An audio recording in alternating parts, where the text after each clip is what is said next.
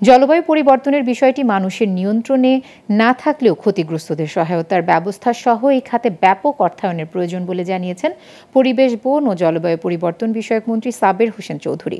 সম্প্রতি দুবাইয়ে আয়োজিত বাংলাদেশে বিনিয়োগ সম্ভাবনা ও সংযুক্ত আরব আমিরাতের কর নীতি নিয়ে বিশেষ সেমিনারে তিনি বাংলাদেশে বিনিয়োগের জন্য ব্যবসায়ীদের আহ্বান জানান। দুবাই থেকে নওশের আলম সুমনের তথ্য ও চিত্র ডেস্ক রিপোর্ট। দেশের পর্যটন, নবায়নযোগ্য জ্বালানি, তৈরি পোশাক শিল্প, পাট ও চামড়াজাত শিল্প এবং তথ্য প্রযুক্তি খাতসহ বিভিন্ন ক্ষেত্রে বিনিয়োগের সম্ভাবনা তুলে ধরা হয় সেমিনারে। মিশন কর্মকর্তারা বলেন, প্রবাসী ব্যবসায়ীরাও যেন দেশে বিনিয়োগের পাশাপাশি বিদেশিদেরও বিনিয়োগে আগ্রহী করে তুলতে পারে, সেজন্য এমন আয়োজন। আমরা সকল উন্নয়ন সহযোগীকে একটা মঞ্চে নিয়ে আসছি, মানে আপনার এডিবি বলেন, বিশ্বব্যাংক বলেন, KfW বলেন, সবাইকে এক জায়গায় নিয়ে আসছি এবং আমরা আমাদের যে অভিযোজনের যে প্রজেক্টগুলো আছে অ্যাডাপ্টেশন, সেগুলিকে আমরা চিহ্নিত করেছি। আমাদের 113টা আছে অ্যাডাপ্টেশনের, সেগুলিকে আমাদের বাস্তবায়ন করতে হবে। বাস্তবায়ন করতে হলে আমাদের প্রচুর পরিমাণ অর্থের প্রয়োজন। তো এখন এটা নির্ভর করবে এই দেশে কারা কারা ইন্টারেস্টেড।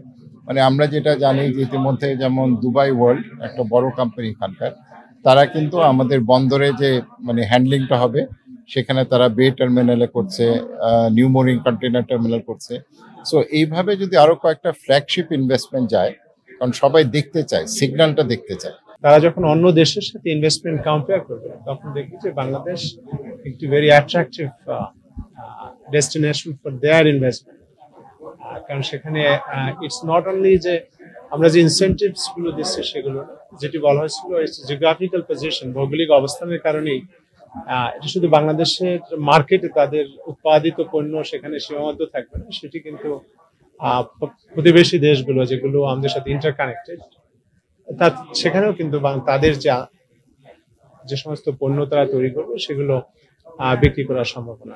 বাংলাদেশ এখন অর্থনীতির সূচকে কোন অবস্থানে অবস্থান করছে, এই সব বিষয়গুলো আমরা দেখিয়েছি, যাতে তারা বাংলাদেশে আসেন এবং বাংলাদেশে বিনিয়োগ করতে উৎসাহ বোধ করেন। সংযুক্ত আরব আমিরাতের করনীতির সাম্প্রতিক পরিবর্তনের বিষয়টিও সেমিনারে তুলে ধরা হয়। বাংলাদেশি ব্যবসায়ীরা যেন দেশটির করনীতি অনুসরণ করতে পারে সে বিষয়ে ব্যবসায়ীদের সচেতন করা হয়। তারা যদি ট্যাক্স ল এখানে কর্পোরেট ল এখানে ঠিকমতো পরিপালন না করেন, তারা জরিমানার মুখে পড়বেন। আপনারা প্রেজেন্টেশনে দেখেছেন। সো এই জরিমানাটা তারা অ্যাভয়েড করুক, তারা ভালোভাবে ব্যবসা করুক। এবং আমার দেশে যে রেমিটেন্স, আসলে এখানে আর্নিং ভালো হলে না রেমিটেন্স ভালো হবে। সো এই জায়গা থেকে আমার আসলে এই আইডিয়াটা যে তারা সবকিছু কর্পোরেট ট্যাক্সের নিয়ম মেনে তাদের ব্যবসা পরিচালনা করুক, তাদের আয় উন্নতি হোক এবং আমার দেশের রেমিটেন্স প্রবাহটা থাকুক।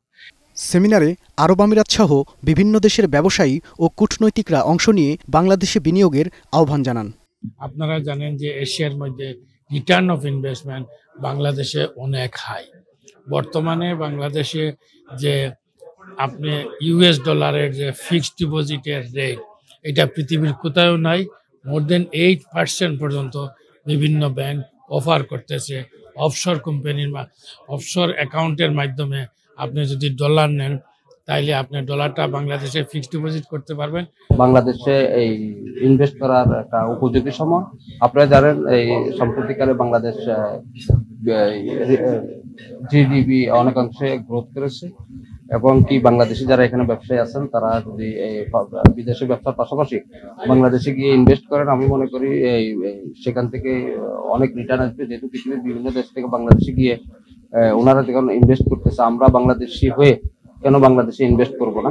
আমিরাতের করনীতি, তথ্য প্রযুক্তি ও বাংলাদেশে বিনিয়োগ সম্ভাবনার বিভিন্ন ক্ষেত্র সম্পর্কে বিস্তারিত উপস্থাপন করেন চার্টার্ড অ্যাকাউন্টেন্ট মোহসেনা খানম, আমিরাতের হুয়াইটেকের CEO শাহরিয়ার পাভেল এবং বাংলাদেশ কনসুলেট দুবাইয়ের কমার্শিয়াল কাউন্সিলর আশিস কুমার সরকার।